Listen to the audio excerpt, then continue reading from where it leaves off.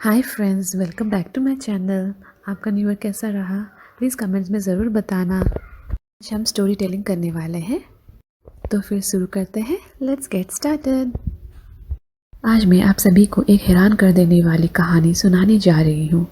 एक बार मैं रिवारी अपने दोस्त की शादी में शामिल होने गई थी, लेकिन मुझे दिल्ली के लिए उस रात बस पकड़नी थी क्योंकि मेरी रूममेट अस्पताल में भर्ती थी। वो मेरी सबसे अच्छी दोस्त भी थी, इसलिए मैंने अपने दोस्त राजीव को मेरे साथ चलने के लिए कहा।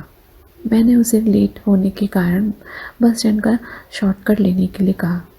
मैं राजीव के साथ अंधेरी रात में जंगल के रास्तों से बस स्टैंड की ओर जा रही थी। तो उसने बोला कि इस जंगल से जल्दी जल्दी चलते हैं वरना समस्या खड़ी हो जाएगी। तो मैंने राजीव से पूछा कि क्या बात है, तो वो कुछ न बोलकर बस चले ही जा रहा था। मैंने उसे दूसरी बार पूछा तो उसने इस जंगल के बारे में बताया कि लगभग 4-5 साल पहले की बात है। एक आदमी इन्हीं जंगल के रास्तों से रात को गुजर रहा था। जंगल में पेशाब करने के लिए एक पेड़ के नीचे रुक गया। के बाद वो जैसे थोड़ा आगे गया तो उसे किसी बच्चे के रोने की आवाज़ सुनाई दी। तो उसने सोचा कि कोई औरत अपने बच्चे को लेकर यहाँ से जा रही होगी, लेकिन तभी उसे याद आया कि ये जंगल तो राजवीर काका जो 5 साल पहले यहाँ पर फांसी लगाकर मर गए थे। वो आदमी बहुत डर गया था और उसके दिमाग में गांव वाले लोगों की बातें याद आ रही थी कि रात के समय उस जंगल के रास्ते पर कोई भी बुलाए या फिर कुछ भी पूछे तो उसकी तरफ मत देखना और कुछ मत बोलना।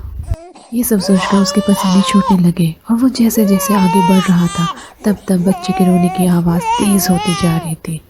तभी अचानक उसने देखा कि एक छोटा बच्चा पेड़ के नीचे रो रहा है। तो उससे उस बच्चे का रोना देखा नहीं गया, इसीलिए उसने पीछे मुड़कर देख लिया और उस बच्चे को उठाकर चलने लगा। तभी थोड़ी देर बाद तब उसने देखा कि अचानक इस बच्चे के हाथ पाँव यहाँ तक कि उसका शरीर बड़ा हो रहा है। तभी उसने उस बच्चे को ज़मीन पर गिरा दिया। जैसे ही वो बच्चा गोद से ज़मीन पर गिरा तो बच्चा बड़े आदमी की तरह ज़ोर ज़ोर से हंसकर बोल रहा था कि तू आज तो बच गया। अगर मेरे पैर ज़मीन को छू जाते तो तेरी मौत मेरे हाथों से निश्चित थी। यह कहते ही वो बच्चा गायब हो गया। वो इंसान लड़खड़ाकर अपने घर कैसे तैसे पहुंचा और उसे ज़ोर से बुखार आ गया था।